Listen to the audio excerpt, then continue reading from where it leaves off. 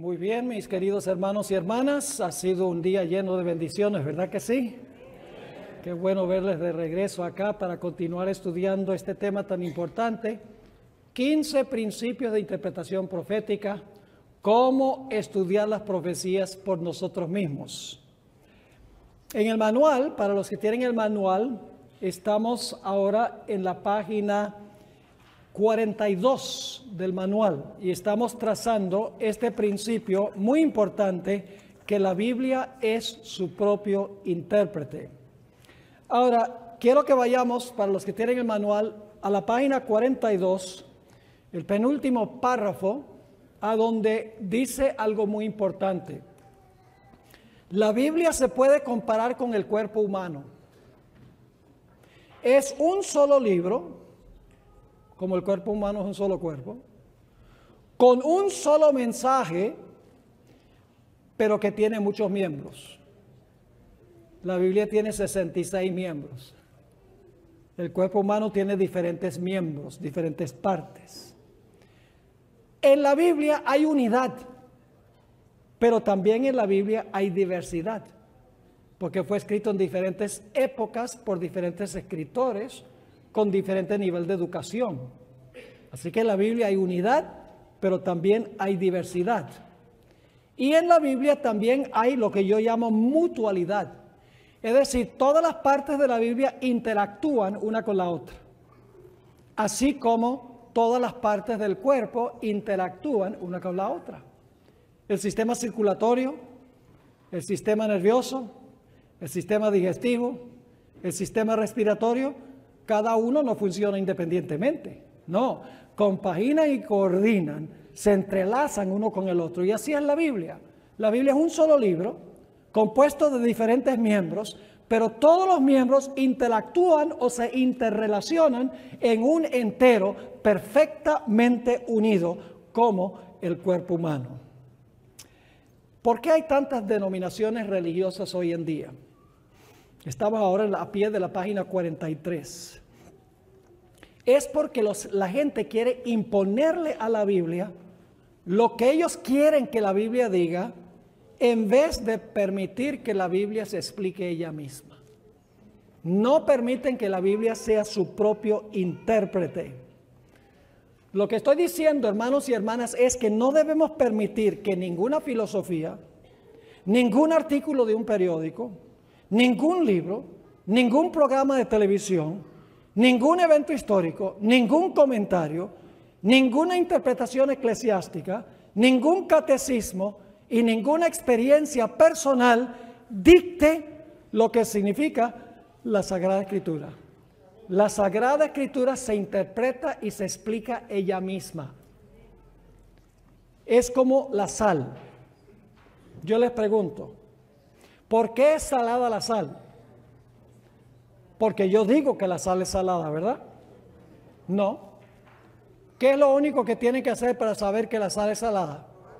Probarla. El azúcar no necesita que yo haga una declaración, el azúcar es dulce. No, porque en su naturaleza el azúcar es ¿qué?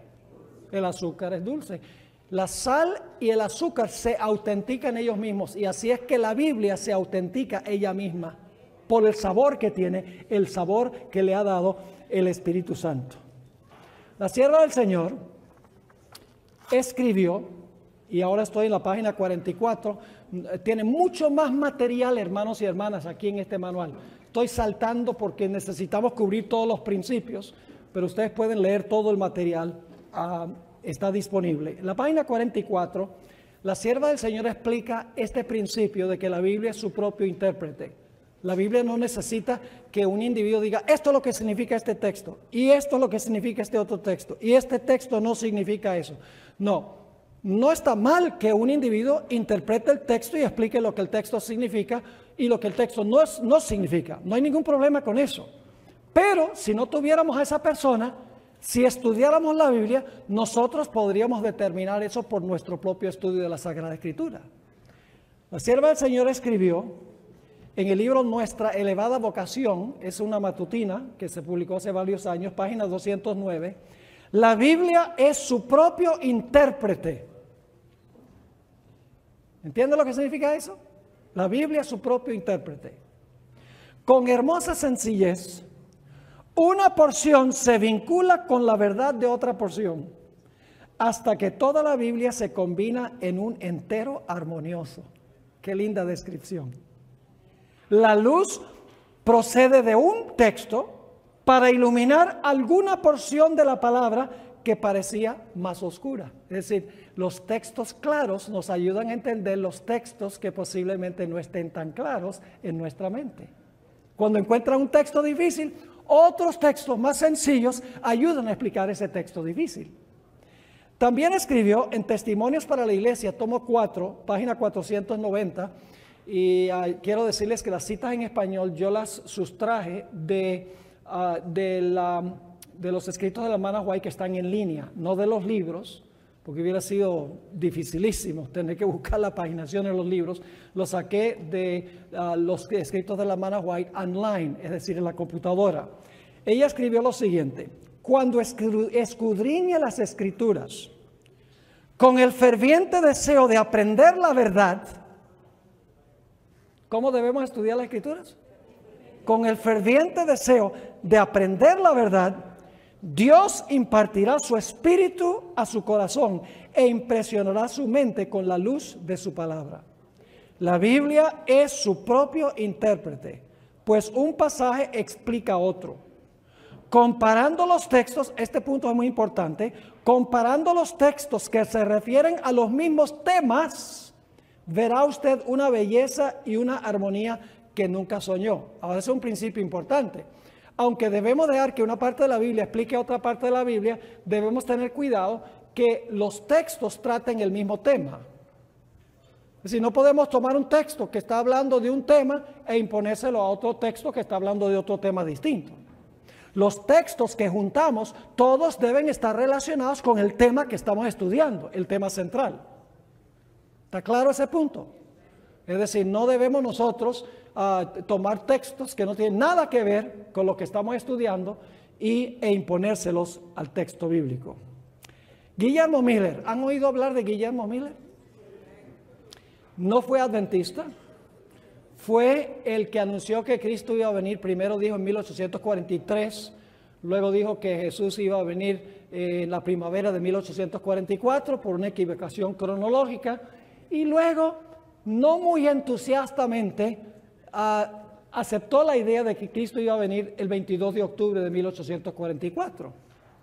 En ese tiempo no existía la iglesia adventista. La iglesia adventista se originó en 1863. Así que cuando alguien les diga, ustedes son los adventistas, ustedes son los que ponen fechas para la segunda venida de Jesús, es lo que la gente siempre dice, porque están pensando en 1844. Lo único que tienen que decirles es, no, la iglesia adventista nunca ha colocado fecha. El movimiento milerita lo hizo en 1844, pero la iglesia adventista en ese tiempo no existía. Ahora, es cierto que después la iglesia adventista aceptó esa fecha, pero la iglesia adventista explicó que se habían equivocado en cuanto al evento que iba a ocurrir en esa fecha. Pero la iglesia adventista no fijó esa fecha. Es un punto muy importante. ¿Saben ustedes cuál era la profesión de Guillermo Miller? Agricultor. ¿Saben cuánta educación teológica tenía? Nada. Decidió sentarse en 1818, decidió sentarse, dijo, yo voy a estudiar la Biblia desde el primer texto de Génesis hasta el último texto de Apocalipsis, usando solo la concordancia. Y no voy a pasar de un versículo al siguiente sin tener en claro lo que significa el versículo que estoy estudiando. Un agricultor, pero humilde de corazón. Y él tenía ciertos principios que él usaba para estudiar la Biblia. Era un gigante en las Escrituras. Es más, ¿sabe lo que es interesante? Casi ninguno de los pioneros de la iglesia adventista tenían educación teológica. J.N. Andrews sí tuvo después. Pero los que originalmente formaron el círculo adventista después de 1844, muy pocos de ellos tenían educación teológica.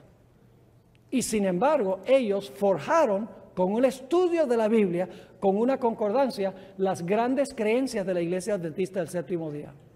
Con la Biblia y con la concordancia. eran humildes de corazón, estaban abiertos a la voz del Espíritu Santo. La hermana White describió el método que usaba Guillermo Miller. En el Conflicto de los Siglos, página 334, esta está en la página 44 del sílabo, dice: Guillermo Miller poseía grandes poderes intelectuales, disciplinadas por la reflexión y el estudio. Tenía grandes poderes intelectuales, ¿sí o no? ¿Cómo las desarrolló? Disciplinadas por la reflexión y el estudio. Y a ellas añadió la sabiduría del cielo al vincularse con la fuente de la sabiduría. Era hombre de excelente valor, que no podía sino imponer respeto y ganarse el respeto y la estima en cualquier lugar a donde se valoraban la integridad, el carácter y el valor moral. Uniendo verdadera bondad de corazón con la humildad cristiana y al dominio propio, era atento y afable para con todos, y siempre listo para escuchar las opiniones de los demás y pesar sus argumentos. Sin apasionamiento ni agitación, examinaba todas las teorías y doctrinas a la luz de la palabra de Dios, y su sano juicio y profundo conocimiento de las santas escrituras le permitían descubrir y refutar el error. Interesante, ¿no?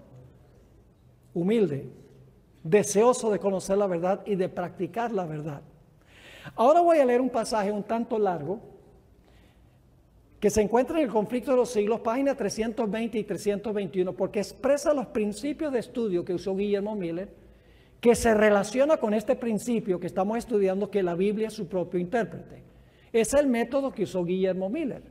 El método que usa la Iglesia Adventista hoy es el método que usó Guillermo Miller.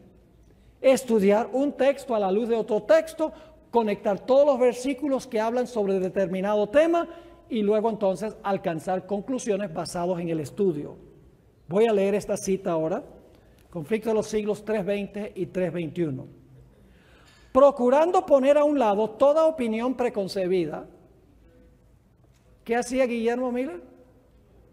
Echaba a un lado toda opinión preconcebida. Él no venía al texto y decía, este texto significa eso, sin haberlo estudiado. Colocaba a un lado toda opinión preconcebida. Y escuchen, y prescindiendo de todo comentario. No usó comentarios, por lo menos cuando estaba estudiando el texto. Comparó pasaje con pasaje y con la ayuda de las referencias marginales y de la concordancia. ¿Qué usaba Guillermo Miller con los comentarios? No. ¿Qué usaba? Las referencias marginales y ¿qué más? La concordancia. Sigue diciendo, prosiguió su estudio de un modo regular y metódico. ¿Qué significa regular? Una vez al año. No. Tenía su horario de estudio y a veces estudiaba horas y horas. Era agricultor, trabajaba durísimo. Los agricultores trabajan bien duro. Y sin embargo se levantaba a veces a las 2 y 3 de la mañana a estudiar la Biblia, fuera del trabajo regular que tenía. Claro, se acostaba mucho más temprano también. Prosiguió su estudio de un modo regular y metódico, tenía método, empezando con el Génesis y leyendo versículo por versículo. No proseguía su estudio hasta que el que estaba estudiando quedaba aclarado, dejándole libre de toda perplejidad. Es decir, estudiaba un versículo, cuando decía, ahora lo entiendo, seguía al siguiente versículo. Sigue escribiendo la sierva del Señor. Cuando encontraba algún pasaje oscuro, es decir, un pasaje difícil de entender, solía compararlo con todos los demás textos que parecían tener alguna relación con el mismo asunto que estaba estudiando. ¿Qué pasaba cuando conseguía un pasaje que era tal vez difícil de interpretar? decía, puede ser que en otras partes de la Biblia el Espíritu Santo ha colocado material que más claro que nos ayude a interpretar este texto que es difícil de entender. Interesante. Sigue diciendo la hermana White, permitía que cada palabra tuviese el sentido que le correspondía. ¿Hacía un estudio de palabras él entonces? Claro. Permitía que cada palabra tuviese el sentido que le correspondía dentro del marco del tema que trataba el texto. Y si sus conclusiones armonizaban con cada pasaje colateral, la dificultad desaparecía. Así, cada vez que daba con un pasaje difícil de comprender, encontraba la explicación en alguna otra parte de las Santas Escrituras. A medida que estudiaba y oraba fervorosamente, ahí está otro principio que hemos trazado, el más importante, a medida que estudiaba y oraba fervorosamente para que Dios le alumbrara, lo que antes le había parecido oscuro se le aclaraba. Experimentaba la verdad de las palabras del salmista. El principio de tus palabras alumbra, hace entender a los simples. Salmo 119, 130. Sigue diciendo. Ahora va a hablar de el estudio de Guillermo Miller de las profecías. Con profundo interés, estudió los libros de Daniel y Apocalipsis, usando los mismos principios de interpretación que en los demás libros de la Biblia. Y con gran gozo comprobó que los símbolos proféticos se podían comprender. Y le doy un ejemplo. En Daniel, el capítulo 7 habla de un león, Babilonia. Ahí no dice que es Babilonia. Sencillamente dice hay un león. ¿Sabe lo que hizo Guillermo Miller? Guillermo Miller fue al libro de Jeremías, a donde dice que Babilonia es como un león. Dice, ve, el león, sabemos entonces cuál es el león. Y así, cuando encontraba una palabra en un contexto, iba a otros contextos para explicarla. Sigue diciendo, con profundo interés estudió los libros de Daniel y Apocalipsis usando los mismos principios de interpretación que en los demás libros de la Biblia y con gran gozo comprobó que los símbolos proféticos se podían comprender. Vio que las profecías que ya se habían cumplido literalmente.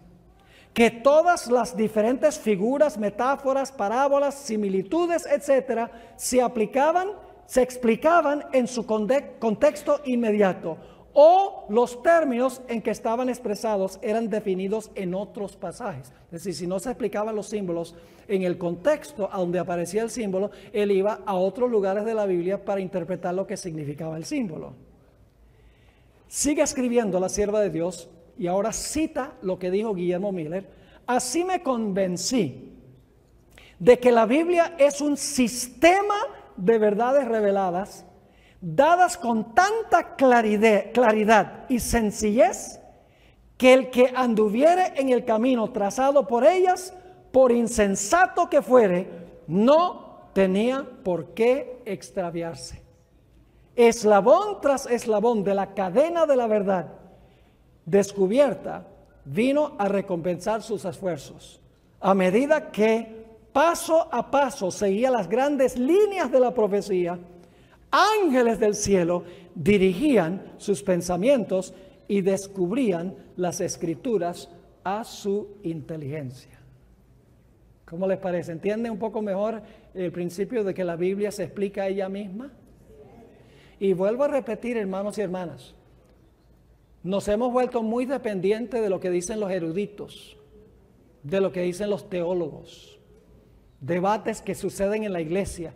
Y citamos a este erudito y el otro erudito, escribimos un documento que tiene 8 páginas de texto y tiene 20 páginas con notas al pie de página, citando toda la sabiduría que han dicho este y el otro erudito y el otro erudito.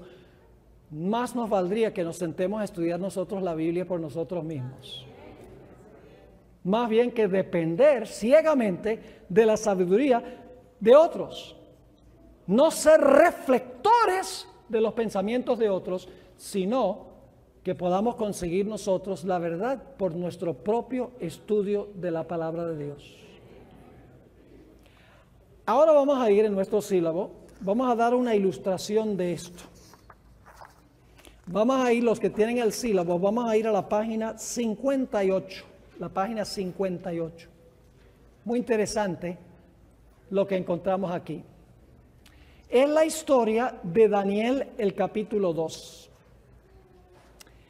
Daniel llega donde está el rey y ahora le va a explicar al rey el sueño que tuvo y le va a decir cuál es el sueño. Vamos a leer Daniel 2:31. Si están allí en Daniel el capítulo 2, el versículo 31. Tú, oh rey, veías, y he aquí una gran imagen.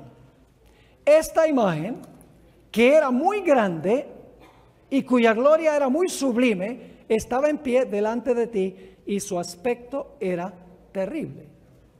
Y ustedes conocen el transcurso de este sueño. La cabeza era ¿de qué? De oro. El pecho y los brazos eran ¿de qué? De plata. El vientre era de bronce. Las piernas de hierro y los pies de barro y de hierro. Una mezcla de hierro y barro. Y luego una roca gigantesca viene del cielo. ¿Y qué hace la roca? Pega en los pies de la imagen y desmenuza todos estos metales. Y entonces la roca se convierte en una gran montaña que llena toda la tierra. Vamos a leer la descripción que se da en Daniel 2, 32 al 35. Aquí Daniel está hablando al rey.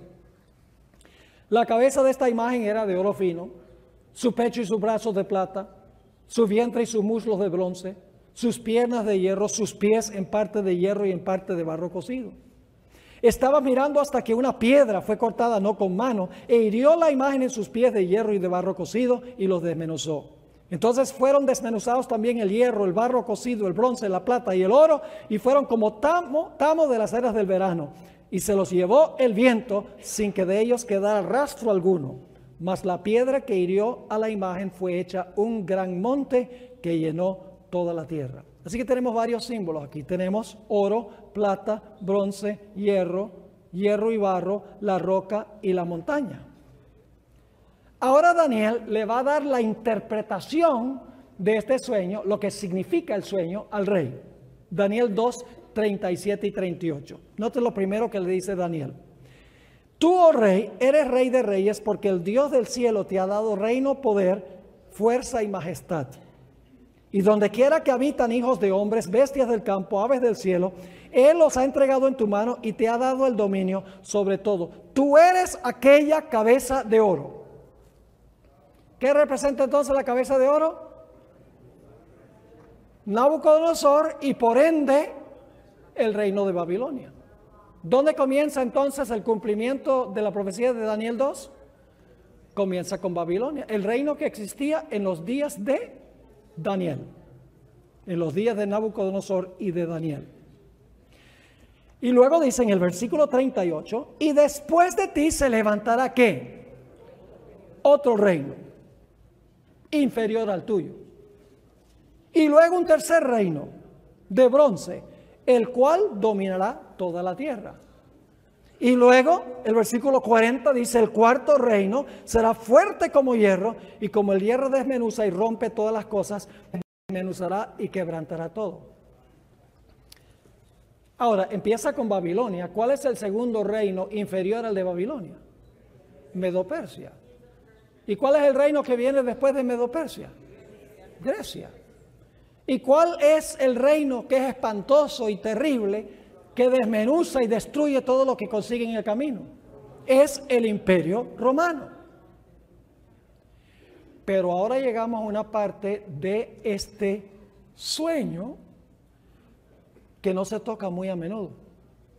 Y cuando se toca, solo se toca parcialmente.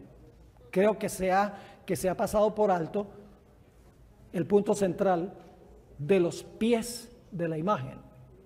Vamos a leer Daniel 2 y el versículo 41. Y lo que viste de los pies y los dedos. ¿Cuántos dedos son? 2 pies normales, ¿no? Porque la gente dice, ¿cómo sabe que eran normales? Bueno, porque no, el texto no dice que había 9. Dice, lo que viste de los pies y los dedos, en parte de barro cocido de alfarero. Ese detalle es importante. ¿Qué clase de barro?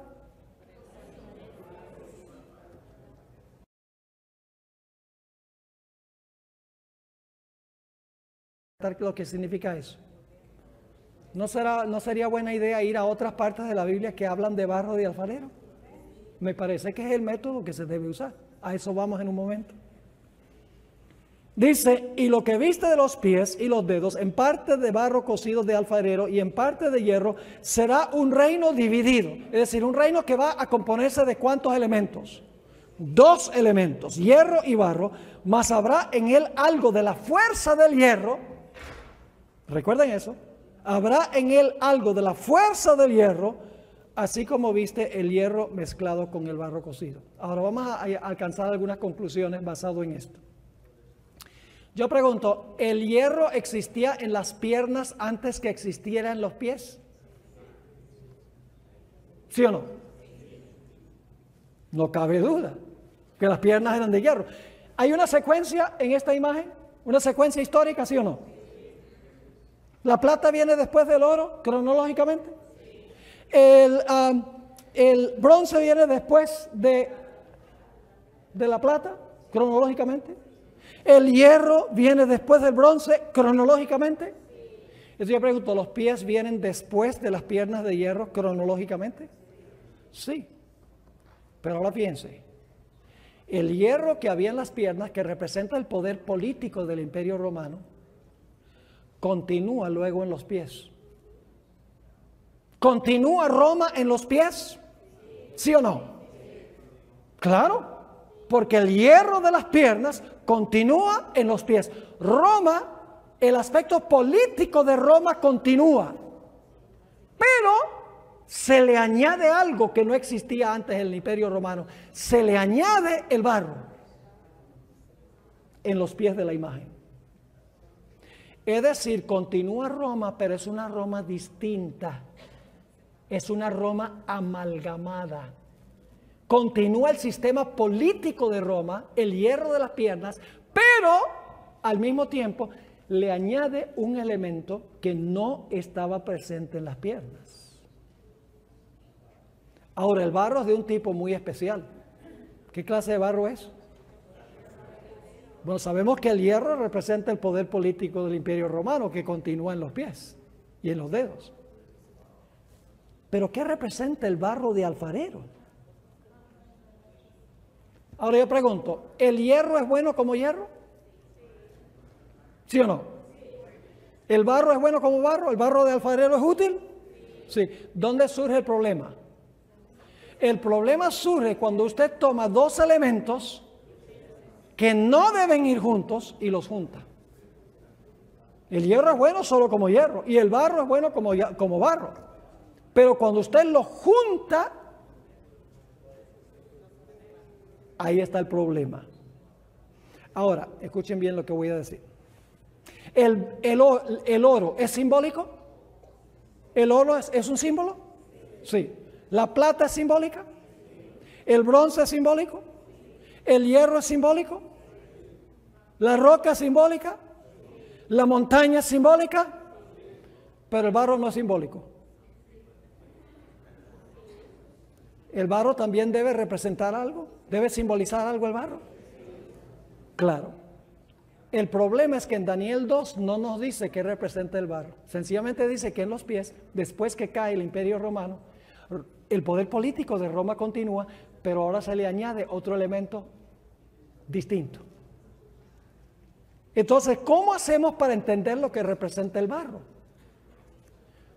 Tenemos que hacer lo que hemos estado hablando, y es ir a otros versículos de la Biblia que hablan del barro de alfarero, que nos va a ayudar a entender qué representa el barro de alfarero en los pies de la imagen. ¿Están entendiendo el principio? El barro también es simbólico. Quiero leerles una cita de la hermana White y luego vamos a ver en la Biblia que la Biblia enseña lo que ella escribió. Saben que a veces cuando yo leo lo que dice el Espíritu de Profecía, yo digo, wow, ¿Y a dónde está eso en la Biblia? Y no lo digo en forma de duda, digo, pues, eso está interesante, nunca había visto eso. ¿Y saben lo que hago? Voy a la Biblia para tratar de ver si lo que ella dijo o escribió está en la Sagrada Escritura. Y a veces lo hago de la otra manera. Estudio a conciencia la Biblia y luego digo, ahora voy a ver lo que dice el Espíritu de Profecía. Nunca debemos estudiar el Espíritu de Profecía solo. Vamos al Espíritu de Profecía y luego para ver si está en armonía con la Biblia. No es que no esté en armonía, pero para corroborarlo y comprobarlo. Y luego vamos a la Biblia y después de estudiar la Biblia, entonces vamos al Espíritu de Profecía. Es decir, debemos tener la relación entre uno y el otro correcta. Permítame leerle esta cita de la hermana White sobre lo que representa el hierro y el barro. Esto se encuentra en el tomo 7A del Comentario Bíblico Adventista, página 178. Y yo debo decirles que la primera vez que yo leí esta cita, yo dije, pero ¿cómo es que la hermana White dice que aquí el barro representa la iglesia? El hierro no hay problema, representa el poder político de Roma, porque ya sabemos que el hierro en las piernas es poder político de Roma, que continúa en los pies. Pero ¿cómo es que ella pudo decir que el barro representa el poder civil? El barro representa el poder eclesiástico que se une con el poder civil. Permítame leer la cita primero. La mezcla de los asuntos de la iglesia con las del Estado se representa con el hierro y el barro. ¿Qué es la unión del hierro y el barro? ¿La unión de qué? La iglesia con el Estado. ¿Cuál de los dos elementos sería el Estado? El hierro, el Imperio Romano. Entonces, ¿qué debe representar el barro? La iglesia. Sigue escribiendo. Esa unión está debilitando todo el poder de las iglesias. ¿Qué sucede cuando la iglesia se une con el poder civil? Se debilita la iglesia. Y eso es lo que está tratando de hacer Francisco I.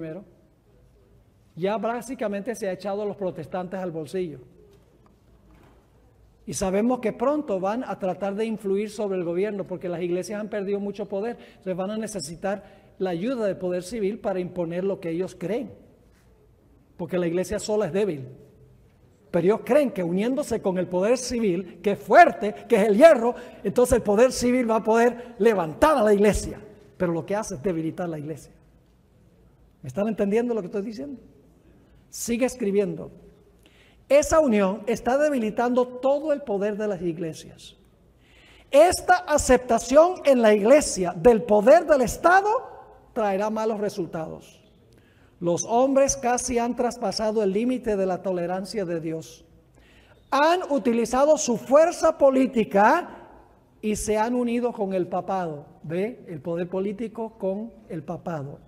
Pero llegará el tiempo cuando Dios castigará a los que han invalidado su ley y sus malas obras recaerán sobre ellos mismos. Así que yo leí esa cita y dice, wow, el barro entonces representa la iglesia. Pero el problema es que usted no puede dar un estudio bíblico a un pentecostal y decirle, aquí dice en el Comentario Bíblico Adventista, tomo 7A, la sierva del Señor, el Espíritu de Profecía, dice que el barro representa a la iglesia. Porque ellos no aceptan esa fuente de autoridad. Entonces, ¿qué hay que hacer? Hay que ver si está en la Biblia. Así que lo que yo hice fue, bueno, hermana White, voy a ir a la Biblia a ver si consigo que esto sea correcto. No porque dudaba, sino porque hay que buscarlo en la Biblia. No se puede usar el Espíritu de Profecía con gente de fuera de la iglesia. No es que no creemos. Y déjenme darles un testimonio, mis hermanos y hermanas. Vez tras vez yo he encontrado que la hermana White tiene razón en lo que ella escribe. Vez tras vez. No falla. Y mientras más estudio sus escritos, más me convenzo de que ella fue inspirada por el Espíritu Santo. Escuchen bien. Hay muchos libros que son inspiradores, pero los libros de ella son inspirados. Yo prefiero leer libros inspirados que libros inspiradores. Aunque primero leemos los inspirados y después leemos los inspiradores. No hay ningún problema con leer libros que nos inspiran, pero es mejor leer libros que son inspirados. Así que ahora voy a mostrarles bíblicamente que el barro representa a la iglesia. Y lo voy a hacer aplicando el principio que estamos estudiando, que la Biblia es su propio intérprete. La Biblia se explica sola comparando un texto con otro texto. Siempre debemos hacer eso con las profecías. Vamos a Jeremías 18, 1 al 6, la página 60 en el manual, página 60. Ya hemos alcanzado el 10% del manual. Jeremías 18, 1 al 6. Déjeme darle un poquito de contexto. Jeremías vivió inmediatamente antes del cautiverio de Israel en Babilonia. ¿Sabe que ellos fueron llevados a Babilonia 70 años, verdad? Jeremías fue el profeta que vivió inmediatamente antes de eso, amonestando a Israel que se arrepintieran para que no fueran llevados cautivos. Pero finalmente les dijo, van a ser llevados cautivos por 70 años. Así que ese es el contexto. Hay que estudiar el contexto histórico para entender este pasaje. Y luego vienen estas palabras de Jeremías. Palabra de Jehová, versículo 1, palabra de Jehová que vino a Jeremías diciendo, levántate y vete a casa de él. Es importante esa palabra. Alfarero. Aparece en Daniel 2, alfarero. Sí. Y allí te haré oír mis palabras. Y descendí a casa del alfarero. Y he aquí que él trabajaba sobre la rueda. Ustedes saben que los alfareros en ese tiempo era con un pedal. Ahora es eléctrico. Ve todo más fácil hoy en día. Ni siquiera hay que quemar calorías. Pero solamente formando la vasija. Y descendí a casa del alfarero. Y he aquí que él trabajaba sobre la rueda. Versículo 4. ¿Y la vasija de qué? Oh, otra segunda palabra clave de Daniel 2. Era barro de alfarero en Daniel 2. Puede ser que este pasaje nos ayude. ¿Cómo creen ustedes que conseguí yo este texto? ¿A que no adivinan cómo conseguí yo este pasaje en Jeremías? Con la concordancia. Busqué la palabra barro. ¿Ven? Como trabajo de detective. La gente dice que si yo no hubiera sido pastor, hubiera sido o detective o hubiera sido abogado. Gracias a Dios que el Señor me hizo pastor. Y la vasija de barro que él hacía se echó a perder en su mano. Ahora, ¿sabe lo que significa eso? Que se echó a perder la vasija. Significa que Israel, la vasija representa el pueblo de Israel y el pueblo iba a ser llevado cautivo. Ese es el romper de la vasija. Dios formó al pueblo de Israel, pero por su apostasía la vasija que Dios hizo se rompió. ¿Y qué hizo Dios cuando la vasija se rompió? Cuando fueron llevados cautivos. Dice, y volvió y la hizo ¿qué? Otra vasija. Yo pregunto, ¿Israel fue restablecido después del cautiverio? ¿Dios volvió a formar a Israel en su tierra? ¿Cómo no? Así que dice, y volvió y la hizo otra vasija según le pareció mejor hacerla. Ahora viene lo que significa esto. Entonces vino a mí palabra de Jehová diciendo, ahora Dios va a explicar lo que significa esto. No podré yo hacer de vosotros como este alfarero. ¿Qué representa la vasija de barro? A Israel. Dice, no podré yo hacer vosotros como este alfarero o casa de Israel, dice Jehová. He aquí como el barro en la mano del alfarero, así sois vosotros en mi mano, oh casa de Israel. ¿Qué representa el barro de alfarero aquí en Jeremías 18? El pueblo de Dios, que se llama la iglesia. Porque el pueblo de Dios, la iglesia de Dios en el Antiguo Testamento era ¿quién? Israel. Así que sabemos que el barro de alfarero representa ¿qué cosa? Representa la iglesia del Antiguo Testamento. Representa al pueblo de Israel. ¿Será que el barro en los pies de la imagen representa la iglesia? siendo barro de alfarero? Nos parece que sí, pero hay más evidencia. Vamos a Génesis 2 y el versículo 7. Génesis 2 y el versículo 7. Ustedes no van a reconocer inmediatamente la conexión de este versículo con lo que estamos hablando, pero ya se van a dar cuenta. Génesis 2, 7. Entonces Jehová Dios formó al hombre del polvo de la tierra. ¿Qué facultad del hombre está formada de polvo? El cuerpo es de polvo, ¿verdad que sí? El cuerpo es de polvo. Dios hizo un cuerpo perfecto con todas las partes del cuerpo, con todos los miembros del cuerpo, perfecto. Pero había un problema, y es que el cuerpo no tenía vida. Noten que no dije que el cuerpo estaba muerto, porque no había muerte. El cuerpo estaba sin vida. ¿Qué faltaba? Faltaba que Dios inspirara en el cuerpo el espíritu de vida. Por eso sigue diciendo, y sopló en su nariz aliento de vida. Otras versiones dicen espíritu de vida. Y fue el hombre un ¿qué? Un ser viviente. Yo pregunto, ¿ahora todos los miembros del cuerpo empezaron a funcionar, a cumplir su función? ¿Cómo no? Y ustedes dicen, ¿qué tiene esto que ver con lo que estamos estudiando? Vamos a Isaías 64:8. ¿Cuántos de ustedes han tratado de formar algo que está hecho de polvo? Es imposible formar algo de polvo porque el polvo se desmorona. Lo que Dios usó fue polvo, pero fue polvo mojado. Barro de alfarero. Noten Isaías 64:8. Dice, ahora pues Jehová, tú eres nuestro Padre. Nosotros, ¿qué cosa? Barro. Y tú el que nos formaste. Así que obra de tus manos somos todos nosotros. Es decir, Dios formó el cuerpo del hombre con barro de alfarero. Y luego, ¿qué le dio a ese cuerpo formado con barro de alfarero?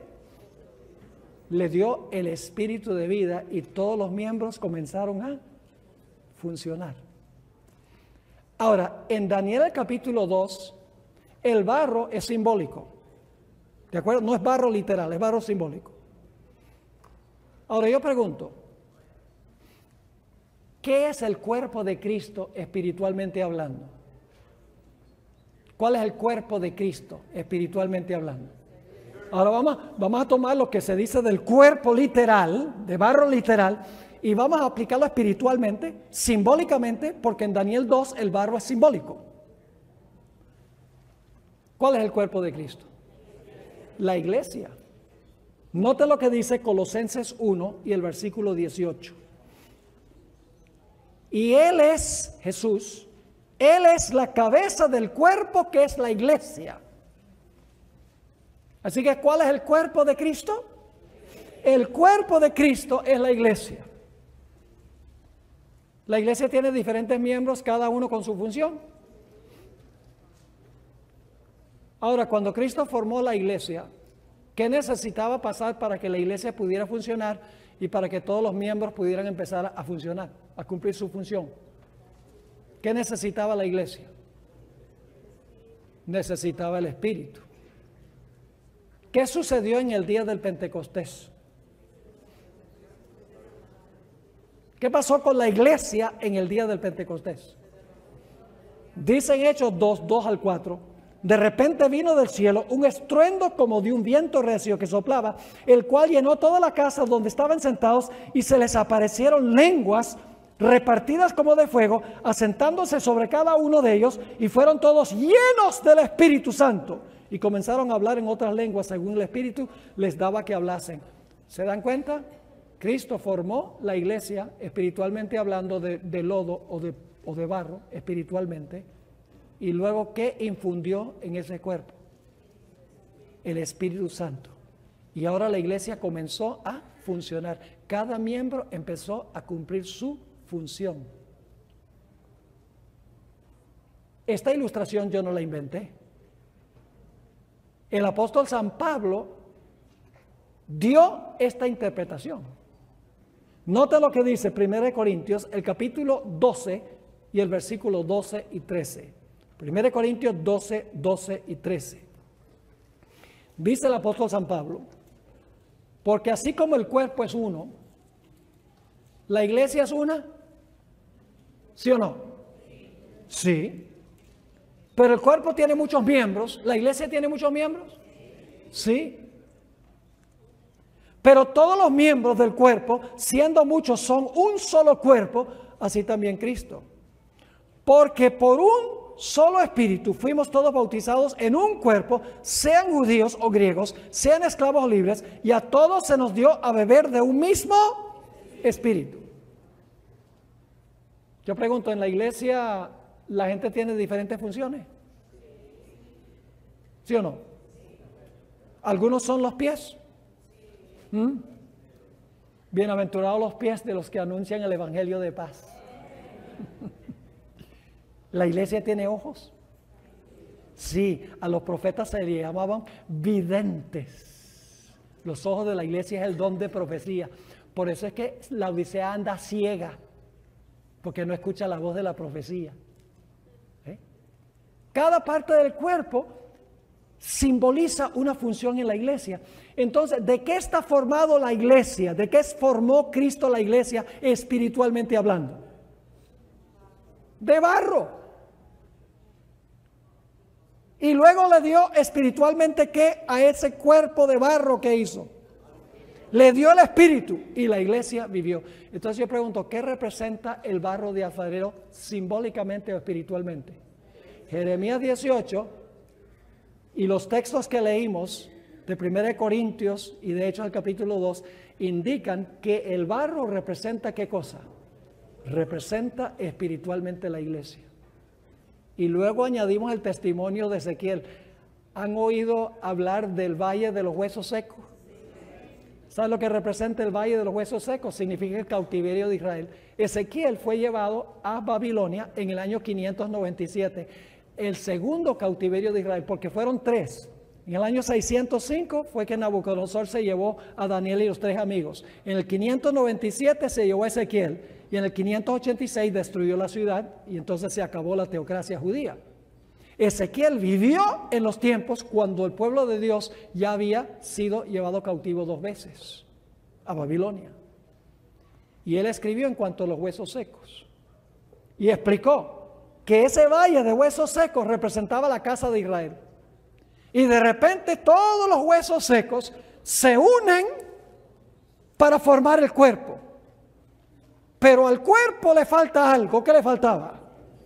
El espíritu de vida. Así que Dios le hizo a Ezequiel, llama al espíritu de vida para que entre en estos cuerpos. Y llegó el espíritu y los cuerpos vivieron. Así que el barro de alfarero representa ¿qué cosa? Representa la iglesia. Entonces mi pregunta es, ¿qué es lo que iba a pasar en la etapa de los pies de la imagen? ¿Qué iba a suceder? El poder civil de Roma iba a continuar, pero ¿qué iba a suceder? Se iba a unir el poder civil ¿con qué? Con la iglesia. Yo pregunto, ¿eso es exactamente lo que sucedió después que cayó el Imperio Romano? ¿La iglesia se unió con el poder civil? ¿Ustedes saben que sí? ¿Y por cuánto tiempo estuvieron los dos poderes juntos? 1260 años. Estuvieron juntos los dos poderes. Yo pregunto, ¿el poder civil es bueno como poder civil? ¿Sí? ¿Bueno? ¿La iglesia es buena como iglesia? ¿Dónde surge el problema? El problema es cuando la iglesia y el poder civil se unen y se mezclan. 1260 años de persecución, cuando en los pies, los 10 dedos, los reinos de Europa, el papado dominó y persiguió a todos los que no estaban de acuerdo con la iglesia usando el brazo del poder civil. Se cumplió al pie de la letra. ¿Nos ayuda entonces a ir a otras partes de la Biblia para saber qué representa el barro? Vital. Ahora Daniel 7 agrega detalles. Daniel 7, en vez de hablar de barro, habla de un cuerno pequeño. Después que se levanta entre los 10, ¿ve? Y el cuerno pequeño persigue a los santos, habla blasfemias contra el Altísimo, piensa que puede cambiar la ley y gobierna por tiempos y la mitad de un tiempo. El cuerno pequeño es lo mismo que el barro. La apostasía viene cuando el barro se une con el hierro. Ahora, Apocalipsis 17 presenta la misma lección con diferentes símbolos. Vamos a Apocalipsis 17 y vamos a leer los versículos 1 y 2. Y ustedes van a ver aquí lo que significa el hierro y el barro, pero ya no con hierro y barro, sino con otro simbolismo. Apocalipsis 17 y el versículo 1 y el versículo 2. Vino entonces uno de los 7 ángeles que tenía las 7 copas y habló conmigo diciéndome: ven acá y te mostraré la sentencia contra quién. Contra la gran ramera. ¿Qué representa en la Biblia una mujer? Simbólicamente, la iglesia. Una mujer pura representa una iglesia pura. Una iglesia ramera es una iglesia que se prostituyó. Ahora, ¿cómo se prostituyó la iglesia? ¿Quién debe ser el único esposo de la iglesia? Jesús. Entonces, ¿qué sería adulterio? ¿Qué sería que la iglesia se convierta en ramera? Significa que se consiguió otros amantes fuera de Jesús. ¿Me están entendiendo? ¿Cómo se tornó ramera? Dice allí: ven acá y te mostraré la sentencia contra la gran ramera, la cual está sentada sobre muchas aguas. Y ahora viene la explicación cómo se convirtió en ramera. Con la cual han fornicado los reyes de la tierra, y los moradores de la tierra se han embriagado con el vino de su fornicación. ¿Cómo se tornó ramera esta mujer? Vinculándose con ¿quiénes? Con los poderes civiles de la tierra. Es decir, la unión de la ramera con los reyes de la tierra es lo mismo que la unión del hierro con el barro. Diferentes simbolismos que enseñan la misma lección.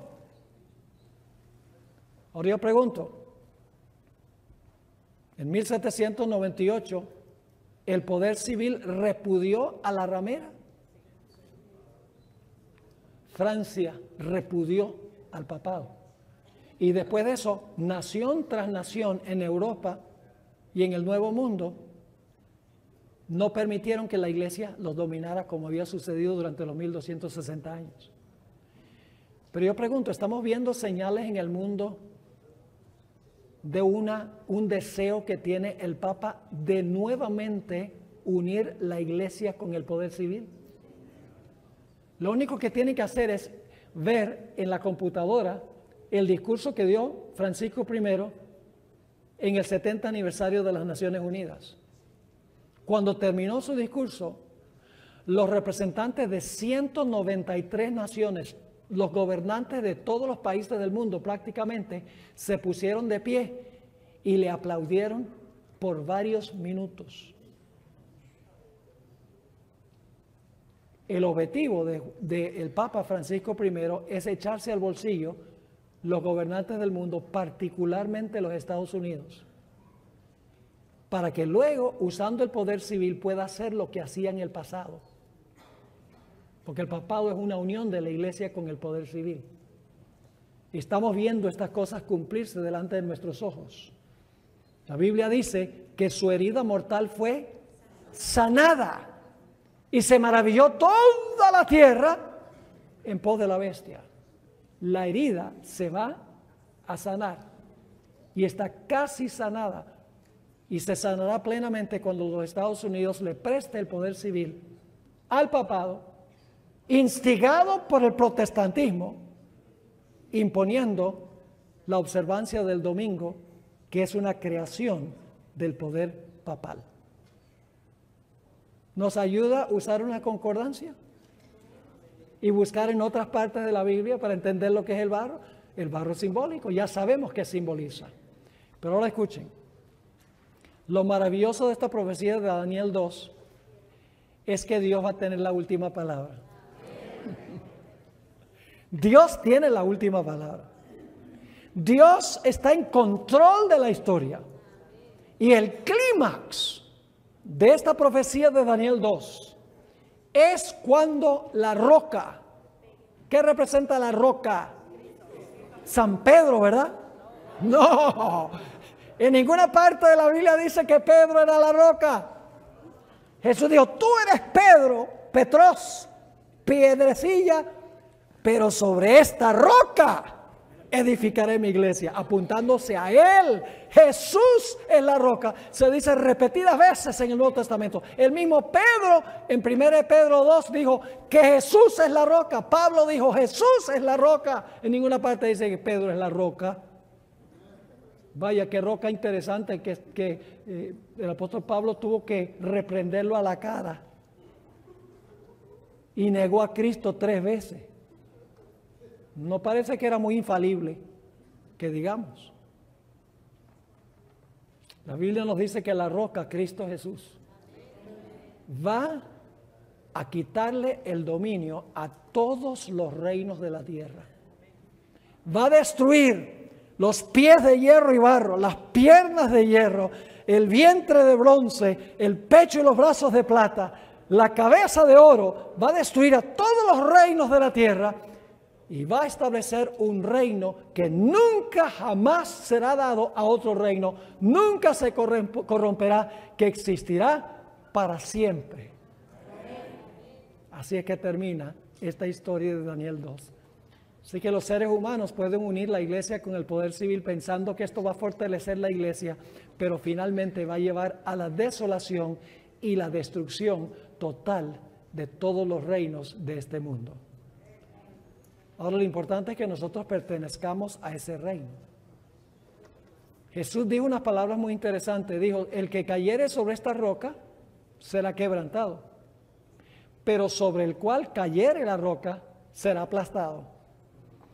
Caer sobre la roca significa recibir a Jesús como nuestro Salvador personal, que quiebre nuestro orgullo y nuestro egoísmo. Y si no hacemos eso, cuando Cristo venga, la roca, lo que hace con los reinos, hará también con nosotros a nivel individual. Así que lo más importante es que nosotros recibamos a Cristo como nuestro Salvador personal. Que Él sea la pasión de nuestra vida, mis hermanos y hermanas. Que caigamos sobre la roca para que cuando Cristo venga podamos decir, he aquí, este es nuestro Dios, le hemos esperado y Él nos salvará.